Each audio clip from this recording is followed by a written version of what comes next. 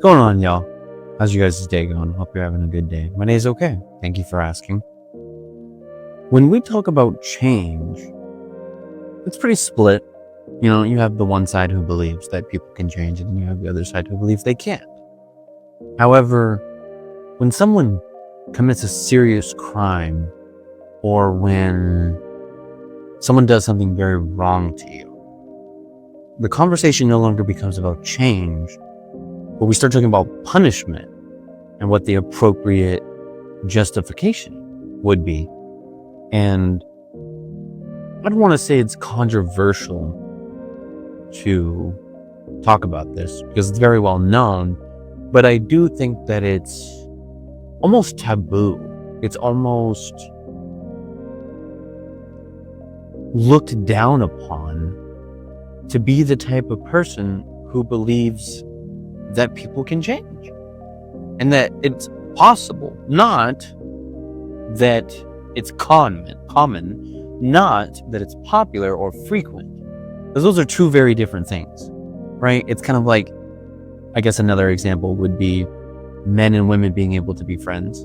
It's possible, but it's not common. Same exact thing. People can change, but that doesn't mean that it's a very common thing that happens. And there's multiple reasons for that. I guess I would say that the number one being that people just don't need to anymore. There really is no need. People are doing just fine where they're at, even if they're a piece of crap, really. But it's very interesting. It's just very interesting that if you are the type of person who even mentions it in any kind of way, it doesn't have to be very extreme. It doesn't have to be very anything, really. Anything that I can think of. Like if you were to say that, for example, prisons are actually supposed to be a rehabilitation building, center, whatever you want to call it. That's the whole point. At least that's what it was initially around the 1930s to 1960s, and it was around the 70s when that became no longer socially acceptable, just because the statistics said that it wasn't as effective, essentially, right? And don't get me wrong, you obviously have to pay attention to those aspects, but anyways, if you even mention that there is an opportunity for that person to change after having done what they've done, people take that as an attack. They look at that as you justifying what they've done or even defending what they've done, which I've never understood. Or even if you bring up just forgiveness, if you bring up the most basic aspects of forgiveness, right? Like not holding a grudge against somebody, not being petty, not hating somebody, not anything, right? Just like having a clear mind, at least fair. I'm not saying that you have to like the person. I don't know where this weird idea of forgiveness has come from, that people seem to think that means that you have to be BFFs with them. I have no idea where that's come from, because that's obvious. That's just it. I feel like it's very obvious. Like there should not be any confusion. It just means that you don't hold a necessary, I guess, hostility or hatred or grudge or any type of thing against them, really. Like, it could be something as simple as like, oh, well, remember that one time I saved you? Or remember that one time that you were starving and you had no food and I fed you, right? Like, you don't necessarily hold those things over people, but for whatever reason, when it matters most that people should change, and that people obviously want people to change, they get upset. And it's like they want both sides of the coin. They want basically a utopia. Because, you hear it all the time. People complain, right? We hear it all the time. Stupidity is never blind or mute. And so it's not a problem of getting people to talk. It's that they should find something to say. And that's a quote, by the way. That's not me. That's not me thinking that.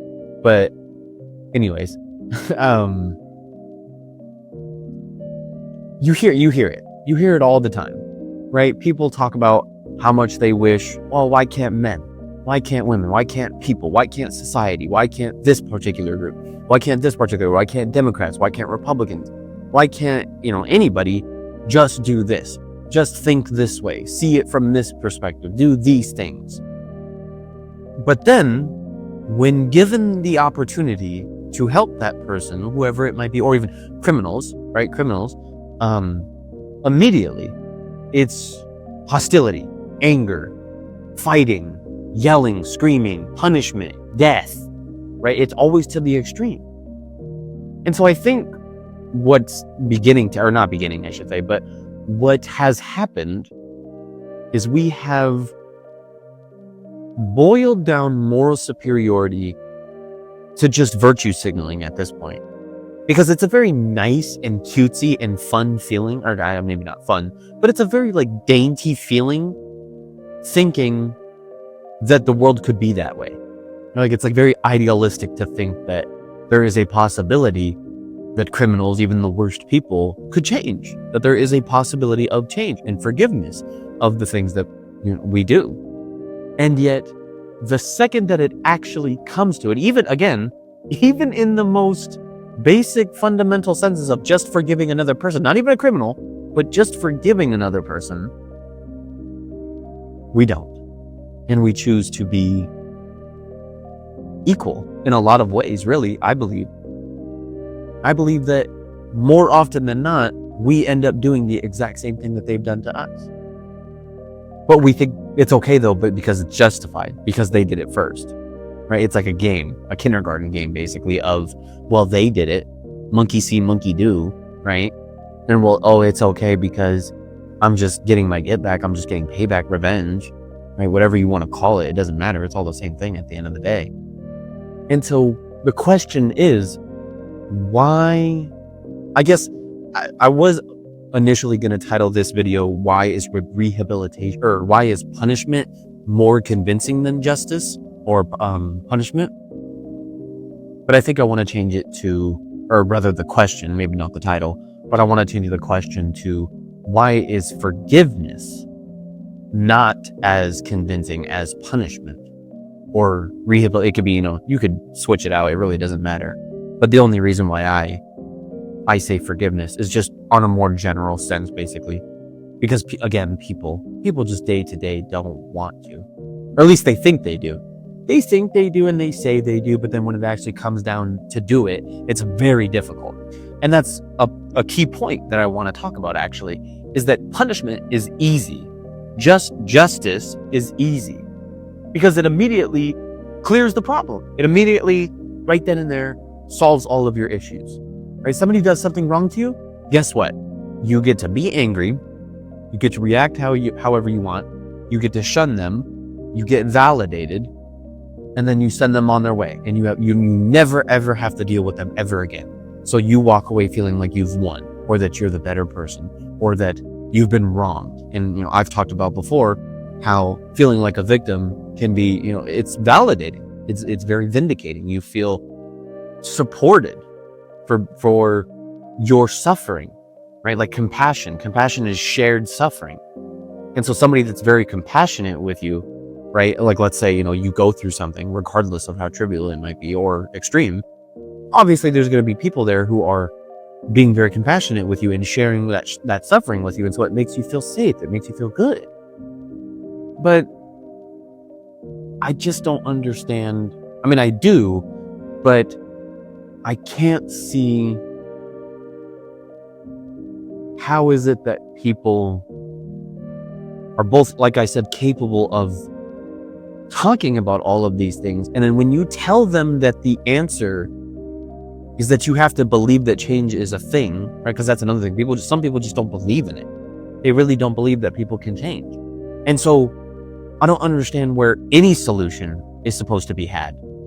Because and this might be a really morbid example, but I'm doing it for conversation's sake. Murder has been a thing forever, right? People are never going to stop murdering people, unfortunately. As much as I wish that there was a way that we could get people to stop murdering each other,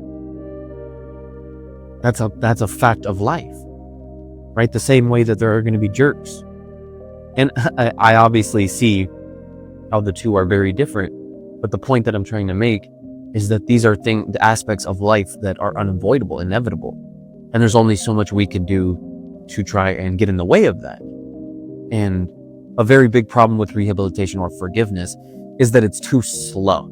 It's not immediate enough, right? So the very great aspect about justice and punishment is that not only does it get rid of the problem, but it's fast. There is nothing more than people love immediacy, right? That's what all of the modern 21st century, like capitalism, the whole core of capitalism, in my opinion, is immediacy. If it was not for the immediacy, capitalism would not be as insane as it is, right? So the internet, for example, right? Like DoorDash, even just something as simple as DoorDash has made getting food just even a little bit easier, right? Just getting just that extra couple of minutes, or like however many, it might be 20, 30 minutes, but people will rationalize. And so anyways, that's not supposed to be the point. I'm getting off track already, but it's immediate. And so people get to feel the way that they feel, right? They get to be upset and then they get to move on right after. And there's nothing better than that, right? What else could you possibly ask for? You both get to move on and suffer, right? And there is a certain level of, I guess, supported suffering, if you will. And so I can't see how what it is we're doing. And by the way, it has very little to do with the way in which the government goes about things. And that's always something we like to forget. And I think we do it on purpose. I think that people purposely, almost like plausible deniability, where they kind of like push knowledge out of their direction, or they push information out of their direction so that they can stay naive and so that they can stay basically, just continue to virtue signal, right? Where they complain and they talk about all the problems of the world and how much they wish they could change it. And they'll go to protests, right? They'll go to protests with their signs and they'll scream and they'll yell and they'll chant and it won't do anything. But it makes them feel good though. It makes them feel good. And it could be about anything, right? When you want to know what's so funny is that there are plenty of people that are watching this video right now who immediately had a thought or like a type of person that they're thinking about, right? Like you immediately thought of the thing you thought about, right? Like there's people out there who thought about Democrats. There's people out there who thought about Republicans. There's people who thought about, whatever. And I think that's really interesting because I didn't mention any type of particular person and yet you still thought of that. And so I just want you to think about that, right? I just want you to understand that there's a reason behind that. But basically, the point that I'm trying to make is that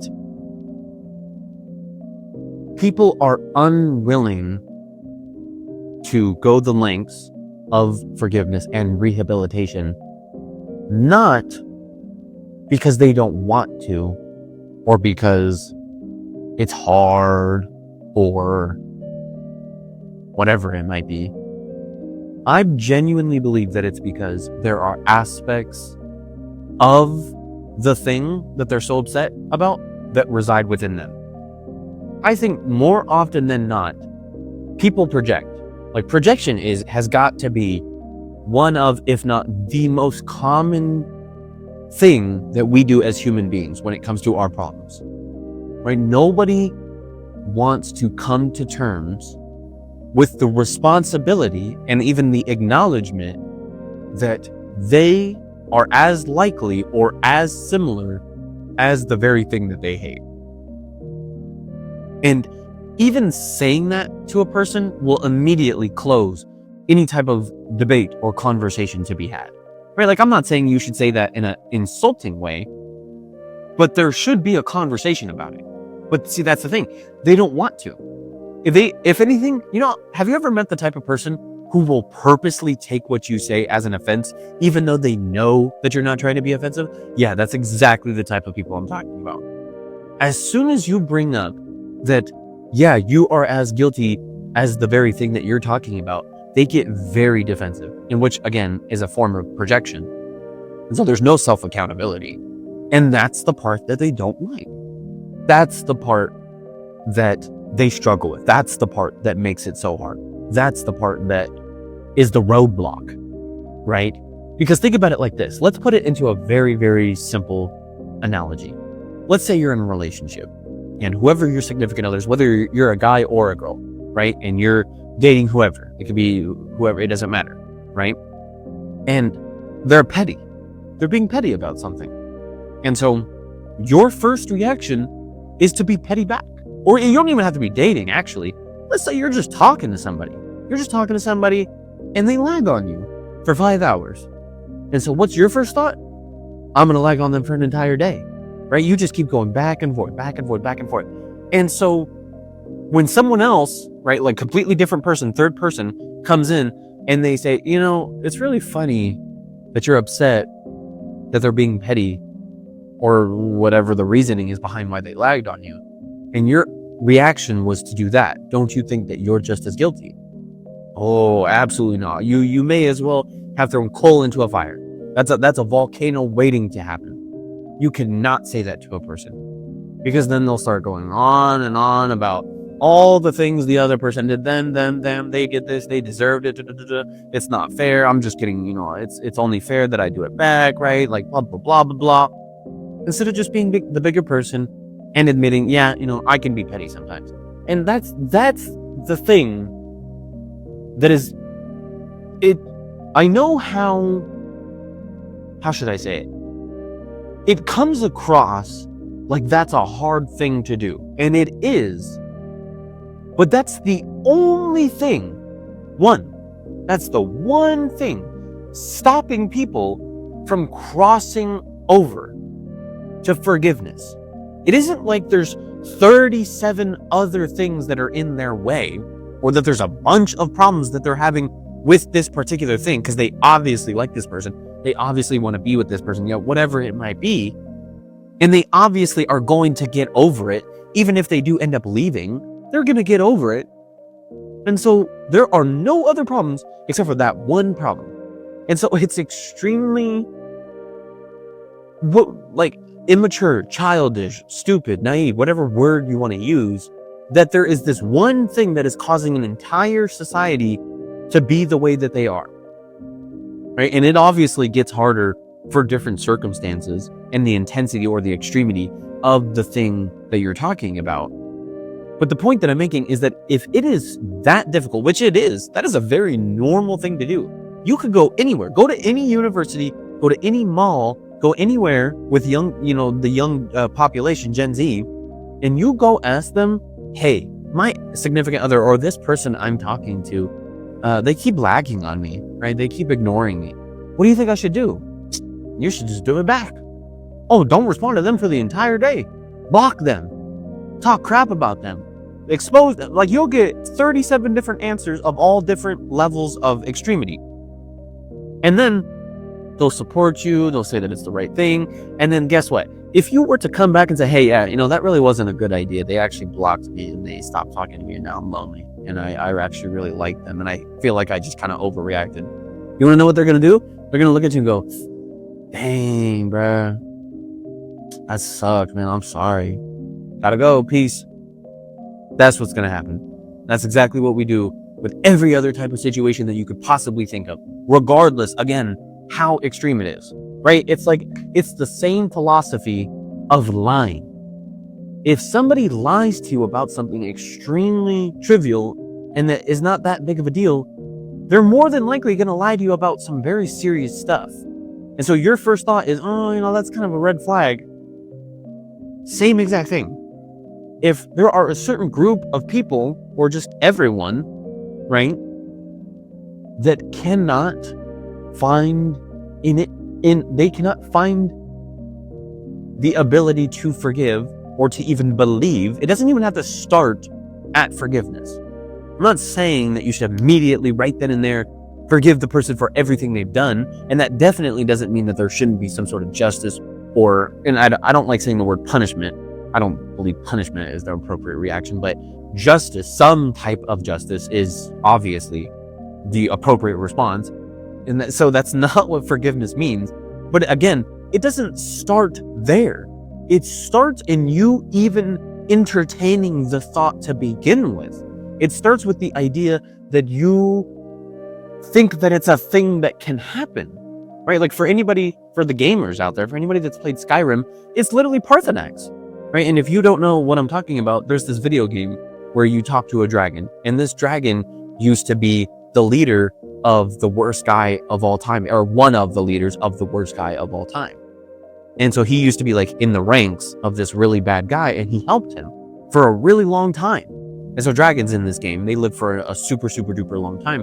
And so a bunch of time goes by, and then he's talking to the main character, and then he asks him the question. He says, is it possible that should a man be born good or overcome his evil nature? Like, what's better? He says, what's better of the two? Should everybody just be born good, or should people be born with the choice to overcome their evil? Which is better, right? And if the obvious answer is being born with the choice to overcome your evil nature. And that's, I feel like that's the crux. The crux of the issue is that not only do people want change, because they themselves want to be the way they are, because they know that if things change, they have to change, right? That's the whole point, right? Because that's how change works. Things get better. And so things, the more things change, the more things change. And so what's going to end up happening is it gets to the point where they have to change. And nobody wants to do that, right? So it starts with that. And then it starts with responsibility, because you have a responsibility. Obviously, they don't want to admit that. And they definitely don't want to admit that there is something wrong with them too. And that they have a responsibility, and that they ought to change, and that they ought to be the one who's thinking about the things they're doing. It's always everybody else, right? That's how it always goes. And you want to know what the worst part is? This has been happening since the dawn of time. Forever. That's literally what history is. But we don't do that. We don't read our history. And if we do, it's in school, right? And then you want to know what school does? School just teaches you what happened. They don't tell you the significance of the things that you're learning.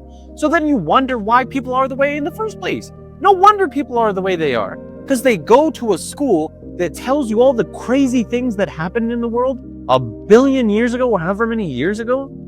And then they don't tell you why it matters. They just tell you that it happened.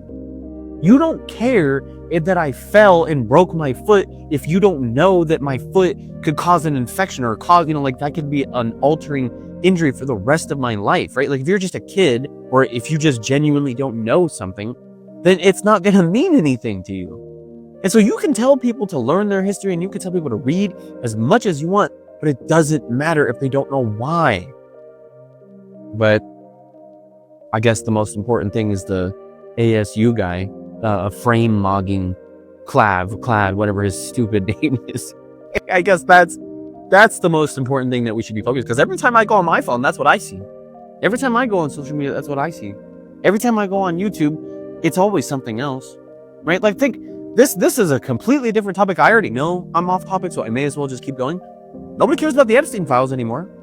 That just up and disappeared, apparently, right? It went from, oh my God, guys, evil people are literally ruling the world, and then now it's oh, Cardi B's having her new concert.